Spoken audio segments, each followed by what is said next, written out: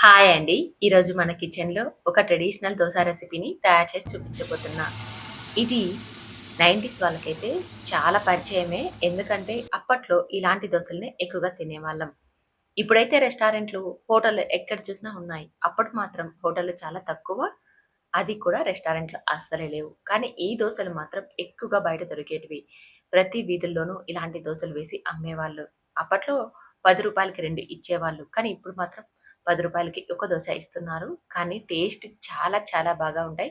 Restaurant కంటే కూడా మంచి రుచినిచ్చే ఈ దోసలను బియ్యంతో తయారు చేస్తారు. కేవలం బియ్యంతో మాత్రమే ఈ దోసలను తయారు చేస్తారంటే నమ్ముతారా? మరి మీరు కూడా ఈ వీడియో చూసి ఒక్కసారి ట్రై చేయండి. ఎంత స్పాంజీగా, ఎంత టేస్టీగా ఉంటాయంటే ఒక్కసారి తిన్నారంటే మళ్ళీ మీరు రెస్టారెంట్‌కి వెళ్ళకోకుండా ఇంట్లోనే ఈ దోసలు వేసుకొని తింటారు. అంత టేస్టీగా ఉంటాయండి. దీనికోసం ఏదైనా ఒక కప్పు కొలతతో బియ్యాన్ని తీసుకొని శుభ్రంగా కడిగి అదే కప్పుతో ఒక కప్పు పెరుగును కానీ లేదా చిక్కటి మజ్జిగను కానీ వేసి కలిపి రాత్రంతా బియ్యాన్ని నానబెట్టండి.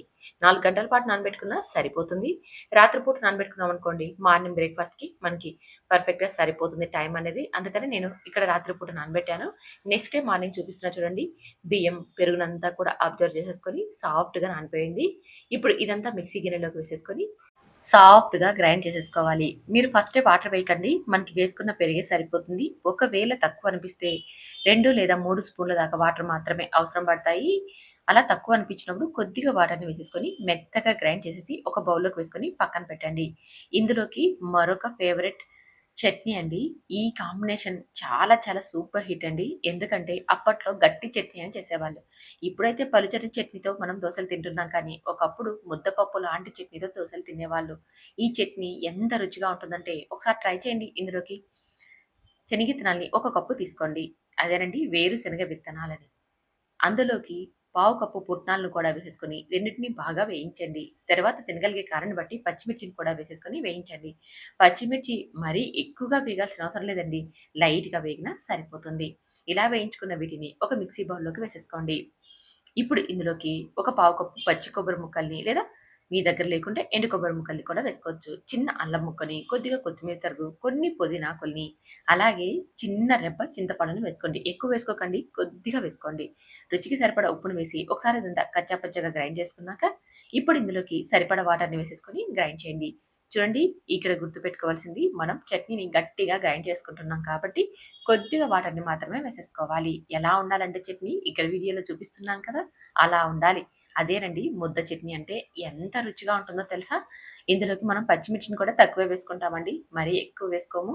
కారం తక్కువగా ఉంటుంది. ఒక్కొక్క దోసకి 2 గరిటెల చట్నీని తినేసేవాళ్ళు. అంత టేస్టీగా ఉంటుంది. ఒక్కసారి నా స్టైల్‌లో చట్నీని కూడా ట్రై చేయండి. ఎంత రుచిగా ఉంటుందో మళ్ళీ కామెంట్ చేసి చెప్పండి. ఇప్పుడు మనం దోసల్ని వేసేసుకుందాం. మనం దోస పిండిని ముందే గ్రైండ్ చేసి ఒక బౌల్‌లోకి వేసి పెట్టాం కదా! ఇప్పుడు ఒకసారి అంతా బాగా కలిసేలా కలిపి ఇందులోకి రుచికి సరిపడా ఉప్పును వేసేసుకోవాలి. ఇందులోకి వంట సోడా అవసరం లేదండి. మనం పెరుగుని వేసి కలిపి పెట్టుకున్నాం కాబట్టి దోసలనేది మనకి ఫ్లఫీగా వస్తాయి.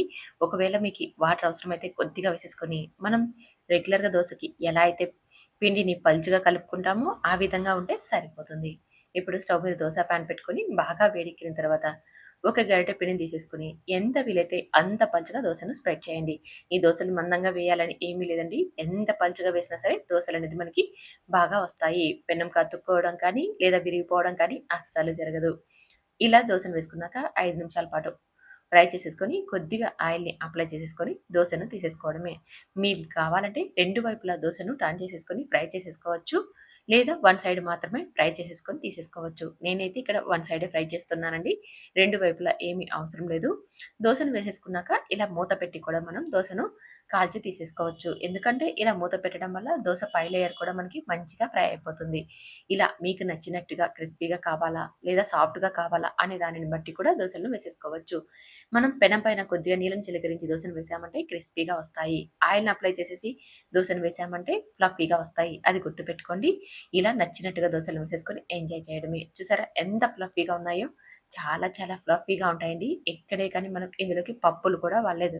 అయినా సరే దోస అనేది చాలా చాలా ఫ్లఫీగా, చాలా రుచిగా ఉంటుంది. మరి ఒక్కసారైతే ఈ పుల్లట్టును మీరు కూడా ట్రై చేయండి. పుల్లట్టు, పావలా అట్టు అని కూడా అనేవాళ్ళు. అంటే అప్పట్లో ఏమన్నా పావలాకి ఒకటి అమ్మేవాళ్ళా? అసలు నాకైతే ఐడియా లేదు కానీ, పావలా అట్టు లేదా పుల్లట్టు అని కూడా పిలుస్తారు. మీకేమైనా పావలా అట్టు అని ఎందుకు అనేవాళ్ళో తెలిసి ఉంటే కామెంట్ చేయండి. ఈ పుల్లట్టు చాలా చాలా రుచిగా ఉంటుందండి. ఎంత టేస్టీగా ఉంటుందంటే వన్స్ మీరు ట్రై చేశారంటే ఇక దీన్ని మీ ఫేవరెట్ డిష్‌లోకి యాడ్ చేస్తారు. అందులోకి ఈ చట్నీ మంచి కాంబినేషన్ అండి. ఈ రెండిటి కాంబినేషన్ చాలా చాలా టేస్టీగా ఉంటుంది. మరింకెందుకు ఆలస్యం, ఒక్కసారి ట్రై చేయండి. ట్రై చేసి టేస్ట్ చేసి ఎలా వచ్చిందో కామెంట్ చేయండి. నచ్చితే మీ ఫ్రెండ్స్, ఫ్యామిలీ మెంబర్ కూడా ఈ వీడియోని షేర్ చేసేసి మన ఛానెల్‌ని సబ్స్క్రైబ్ చేసుకోండి. Thank you for watching.